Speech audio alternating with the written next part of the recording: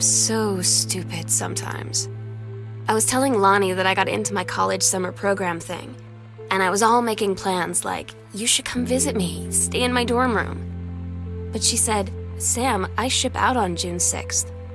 I was like, ship out? To where? She said, to basic training. What did you think I was doing all that ROTC stuff for? I guess she's been planning to join the Army right after high school since she was like 12. And I guess she's really going to do it. So I was like, after graduation, I'm just never going to see you again? She said, let's just have fun while we can.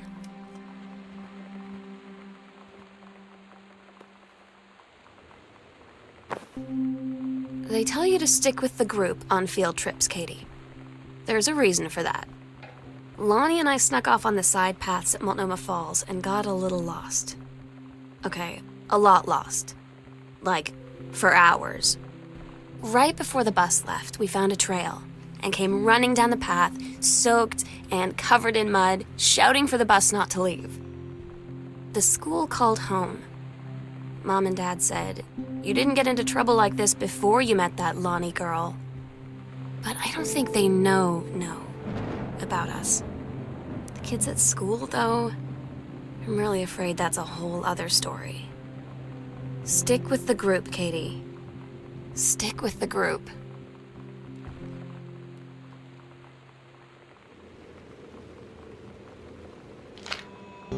Todd's band lost their singer. Todd said he sucked. Lonnie said he got sick of Todd's shit, and he was complaining about needing a new singer. So Lonnie was like, I can sing. And they were all kind of like, you can? And she was like, probably. But she's been rehearsing with them for like a week now. And I finally got to see them play in Todd's basement today. And she's actually really amazing. I feel so proud when she's on stage. It's incredible being in awe of someone you love. So everybody knows it's like a temporary situation till she ships out in June. But till then, I'm gonna be at every single show.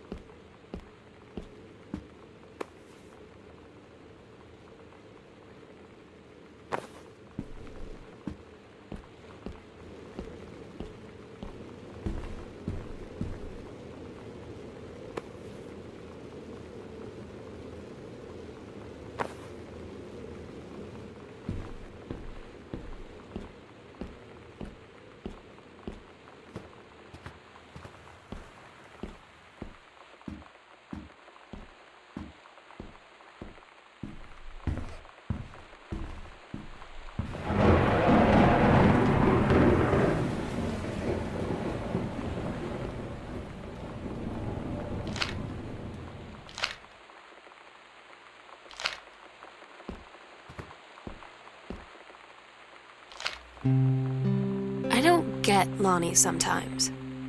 Like, her band, and our zine, and her hair, and everything are all anti-authority. But I watch her in JROTC, and she's doing drills in perfect formation, following orders, no question. And there's all this stuff in the news about don't ask, don't tell.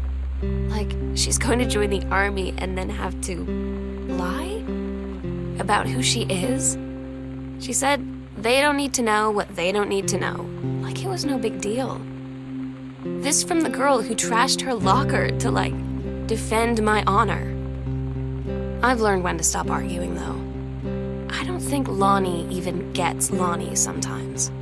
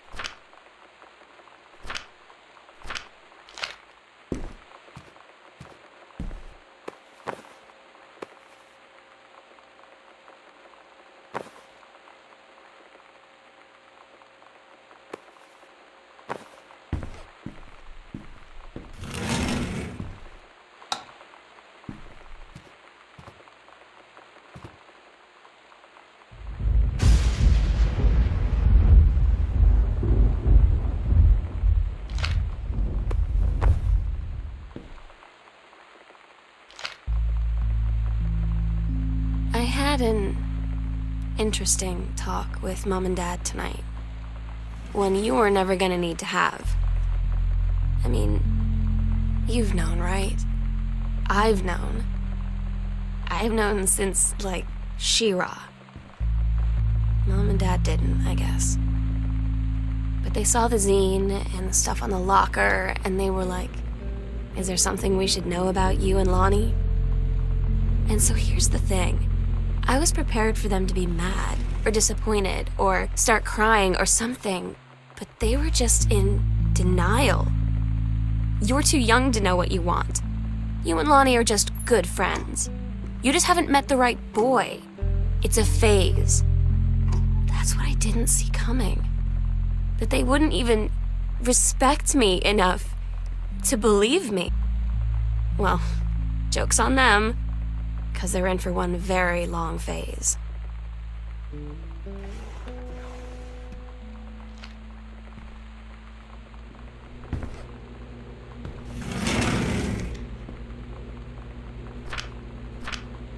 Daniel finally came over to get his game. I'd been dreading it. But he brought this story with him that I wrote when we were little. I started reading it, and then there I was, crying at the kitchen table. He asked what was wrong, and I was thinking about how we used to be friends, how much I'd taken for granted. But instead, I told him about school, and Dad, and Lonnie, and then how sorry I was that I wasn't his friend anymore. He gave me a hug and said it was going to be okay. For some reason, I almost believed him.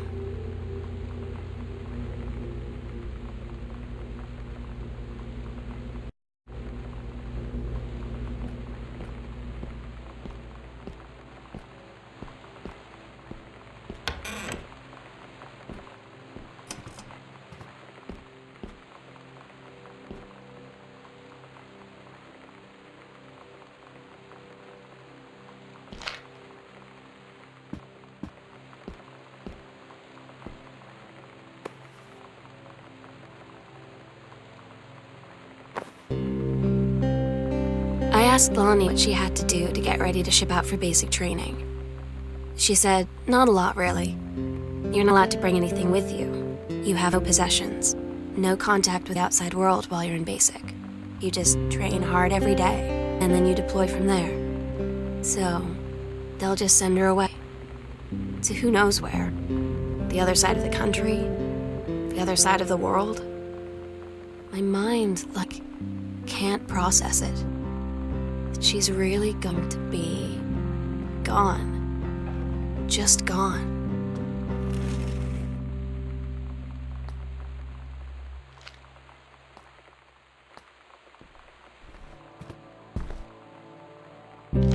Lonnie had her going away show with her band tonight.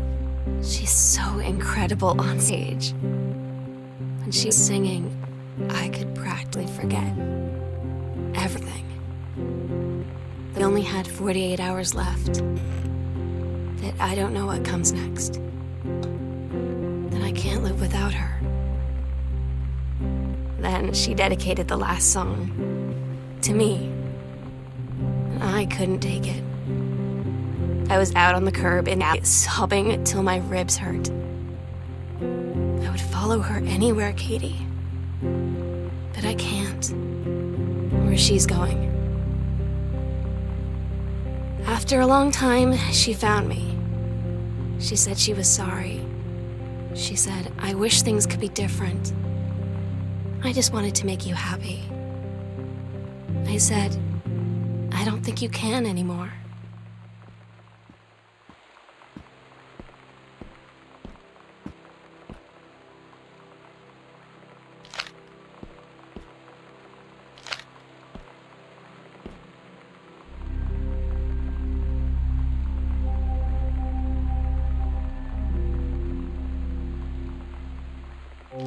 We agreed our last night together would be our happiest ever, and we'd forget tomorrow was going to come at all.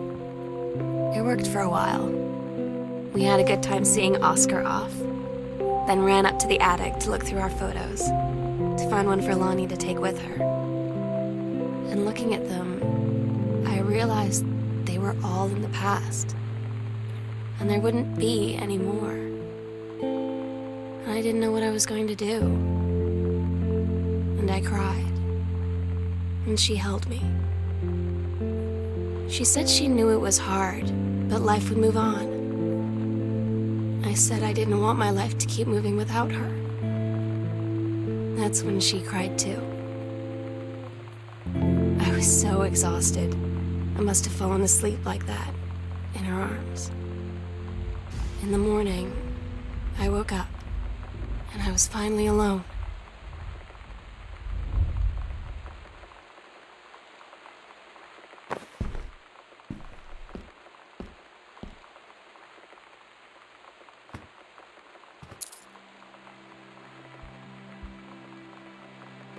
The sunset light in this house is the saddest thing I've ever seen. I just want to sleep. When I'm in the attic, it almost feels like Lonnie could still be here. She's just downstairs.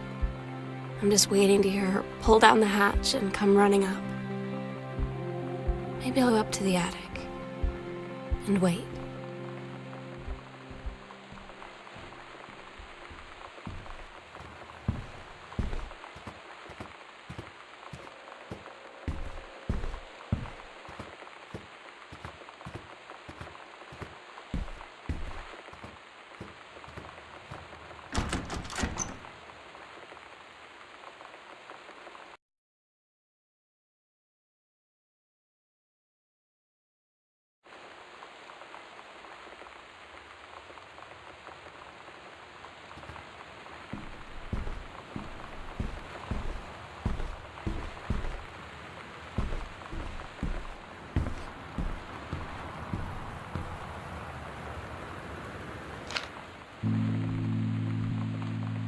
Oh my God. Katie, I fell asleep in the attic, in Lonnie and my old spot, and I missed the first 2 calls.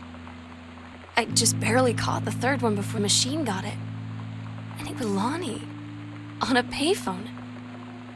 She'd been on the bus to Basic, and she said she couldn't think of anything but me and us, and that she couldn't go through with it, with the Army and being a part and all of it. And so she got off the bus in Salem. She said, "Sam, I want you to pack up everything you can and get in your car and come find me. And let's just drive until we find somewhere for us."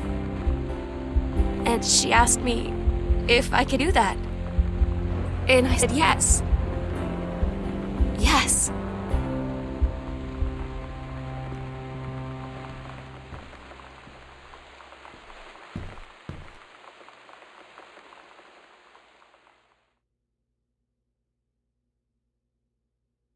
Katie, I'm so sorry that I can't be there to see you in person, that I can't tell you all this myself.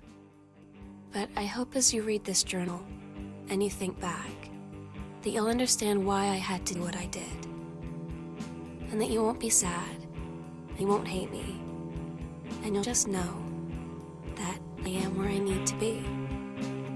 I love you so much, Katie. I'll see you again. Someday. Love,